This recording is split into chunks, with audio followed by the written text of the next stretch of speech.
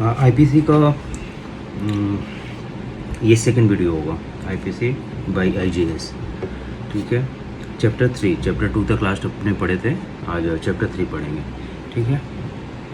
ये देखो पनिशमेंट। अब पनिशमेंट को ये चैप्टर 3 जो है इसका 53 से लेके 75 तक है, राइट फ्रॉम 53 टू 75। पनिशमेंट को दो टाइप में किया गया है, that is death and life imprisonment. अब डेथ एंड लाइफ इम्प्रिजमेंट का भी डेथ अंडर सेक्शन 54 है, ठीक है। Punishment chapter 3 is related to punishment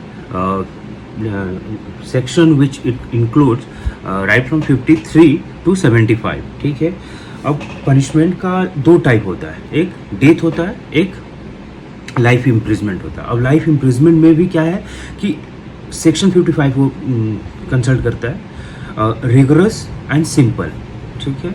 rigorous and simple में होता है। तो आओ देखते हैं इसका मेन चैप्टर 3। देखो डेथ। अब 53 में क्या है कि the punishment to which offender are liable under the provision of this code are, जो अपने बोले थे, पहला जो है वो डेथ, ये डेथ हो गया। सेकेंड इम्प्रिजमेंट फॉर लाइफ, ठीक है, लाइफ इम्प्रिजमेंट में ही आता है लाइफ इम्प्रिजमेंट का, ठीक है। ये सेकेंड हो गया लाइफ इम्प्रिजमेंट। थर्डली उसको ओमिट कर दिया, मतलब निकाल दिया, कैंसिल हो गया। फोर्थली डिलीट कर दिया गया। Fourthly imprisonment which is of two descriptions, namely पहला कौन सा है, इसका लाइफ इम्प्रिजमेंट होगा, या तो रिगरस होगा या सिंपल होगा, ठीक है। फिफ्थली जो है कि प्रॉपर्टी को सरेंडर कर दिया या फिर ले लिया, ठीक है, फॉर फिशर, ठीक है, फॉर फिशर ऑफ प्रॉपर्टी।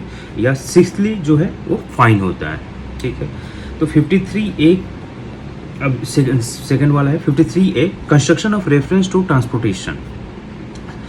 क्या बोलता है पहले पढ़ लो।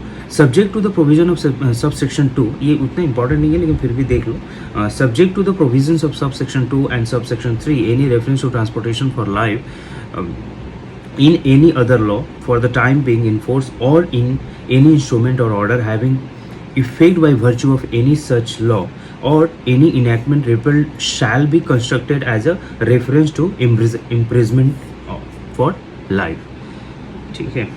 इसी तरह 53 का भी सबसेक्शन है। तो ये एक्चुअली बोलता है कि construction of reference to transportation, कैसे तुम उसको लाइफ को लेने का हक है कि नहीं है, उसके बारे में बताता है। तो section 54 related to death, section 55 a rigorous and simple, ठीक है। अब इसमें हम लोग चलते हैं ना कि imprisonment instead of fine.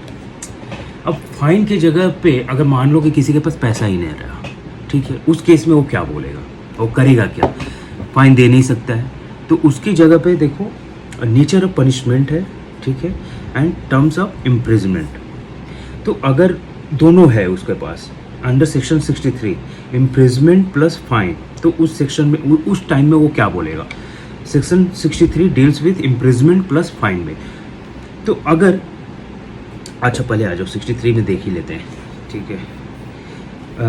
53 construction of reference to transportation है, सब सेक्शन उसमें। 54 क्या है, commutation of sentence of death in every case in which sentence of death shall have been passed, the appropriate government may, without the consent of the offender, commute the punishment for any other punishment provided by the code, ठीक है, समझ में आ गया। 55 क्या बोल रहा है, commutation of sentence of imprisonment for life, जो अपने यहाँ पे बोले थे। देखो 54 डेथ के रिलेटेड, 55 लाइफ इम्प्रिजमेंट के रिलेटेड है, उसी तरह, ठीक है।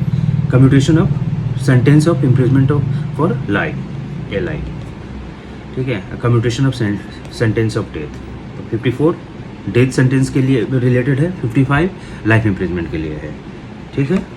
अब लाइफ इम्प्रिजमेंट का कितना साल तक होता है life imprisonment, in every case in which sentence of imprisonment for life shall have been passed, the appropriate government may, without the consent of the offender, commute the punishment for imprisonment of either description for a term not exceeding 14 year से ज़्यादा नहीं होगा, LI, ये याद रखना, ठीक है।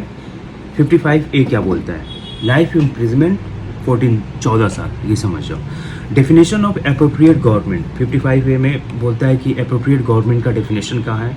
तो इन सेक्शन 54 एंड 55 में दो एक्सप्रेशन अप्रोप्रिएट गवर्नमेंट मीन्स जो उसमें गवर्नमेंट का टर्म जो दिया उसका मतलब क्या होता है कि in cases where the sentence is a sentence of death और is for an offence against any law relating to a matter to which the executive power of the union extend the central government, and in case where the sentence whether the death or not is for an offense against any law relating to a matter to which the executive power of the state extend the government of the state within which the offender sentence. तो government of state का मतलब होता है कि जहाँ पे government of state का मतलब ये है कि अगर बाई चांस मान लो कि जिस स्टेट में वो कमिट किया हुआ है, ठीक है, तो उस गवर्नमेंट के पास में ये राइट बनता है।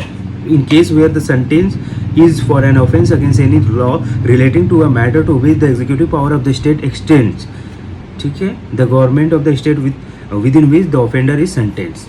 अब इसमें एक हम लोग बहुत पहले पढ़े थे कि 3 लिस्ट होता है, central list, state list and concurrent list. तो अगर स्टेट लिस्ट का कोई मैटर है तो वो पार्टिकुलर स्टेट ही देखेगा, ठीक है। 56 को हटा दिया गया है। 57 क्या है? Fraction of terms of punishment. अब देखो, अब इसमें ना fraction of terms of punishment के बारे में बात कर रहा है। ये क्या है? इन calculating fraction of terms of punishment normally हम लोग क्या करते हैं, अब यहाँ पे 53 से 75 पढ़ना है, तो मैं सोच रहा हूँ कि एक बार सीरियल वाइज जो भी होता है वो एक बार दिखा देते हैं, लेकिन जो इंपॉर्टेंट है उस पर एम्फेसाइज करेंगे, ठीक है। तो fractions of terms of punishment, in calculating fractions of terms of punishment, imprisonment for life shall be क्या, shall be reckoned as equivalent to imprisonment for 20 years। वहाँ पर कितना था? 14 साल लाइफ इम्प्रिजमेंट में, लेकिन यहाँ पे fraction of terms of punishment imprisonment for life shall be record as equivalent to imprisonment. अब यहाँ पे क्यों बोल रहा है ना, मैं इसको बाद में बताऊंगा तुम्हें, ठीक है, एक्सप्लेन करेंगे कि ये फ्रैक्शंस का मतलब क्या हुआ exactly, fractions of terms of punishment in calculated, ठीक है, इसको बाद में देखना क्लियर वाइज से। सॉरी, अब 58 नहीं, 59 नहीं, हटा दिया। Sentence may be in certain cases of imprisonment Holi और पार्टली रेगुलस और सिंपल। इसमें क्या बोल रहा है कि इन every case in which an offender is punishable with imprisonment which may be of either description, it shall B competent to the court which sentences such a, in every case in which an offender is punishable with imprisonment which may be of either description, it shall be competent to the court which sentences such offender to direct in any sentence that such imprisonment shall be wholly rigorous, or that such imprisonment shall be wholly simple, or that any part of such imprisonment shall be rigorous and the rest simple। ये actually होता क्या है ना, किसके ऊपर में है कि कोर्ट के ऊपर में डिसाइड करेगा कि ऑफेंडर का in every case in which an offender is punishable with imprisonment which may be of either description, it shall be competent to the court. ये कोर्ट के ऊपर डिपेंड करता है कि वो इसको क्या देगा, ठीक है, माने रेगुलस होगा या सिंपल होगा, ठीक है, इम्प्रिजनमेंट वो उसके ऊपर डिपेंड करता है। तो वो सेक्शन 60 में यही चीज़ बोल रहा है, in certain cases of imprisonment sentence may be in certain cases of imprisonment Holi और पार्टली रेगुलस और सिंपल। या तो मान लो कि एक साल का हुआ, ठीक है, तो एक साल में 6 महीना वो बोल सकता है, कोर्ट बोल सकता है कि 6 महीना या इसको रेगुलस दो, 6 महीना सिंपल दो, ऐसे करके। Sentence of forfeiture of property, इसको ये हट गया, ठीक है, 62 भी खत्म। तो अब कितना था अपने पास? 53 से 75, इसमें से देखो कितना पढ़ोगे, मुश्किल से 10 पढ़ोगे। अमाउंट ऑफ फाइन के बारे में बोल रहा है 63, ये where no sum is express to which a fine may extend, the amount of fine to which the offender is liable is unlimited but shall not be excessive. 63 का amount of fine कितना लोगे, उतना ही लोगे, मतलब it can not be excessive in nature, ठीक है ना, मतलब मान लो सब बता दो, where no sum is express to which a fine may extend, ठीक है, the amount of fine to which the offender is liable is unlimited but shall not be excessive. मतलब इतना दे दो कि जितना वो पे कर पाए, समझ गया। अब ऐसा नहीं है कि वो जान दे दे और वो मिले भी नहीं, तो उसके हिसाब से माली हालत देख के ही किया उसका अमाउंट ऑफ फाइन दिया जाता है। Sentence of imprisonment for non payment of fine.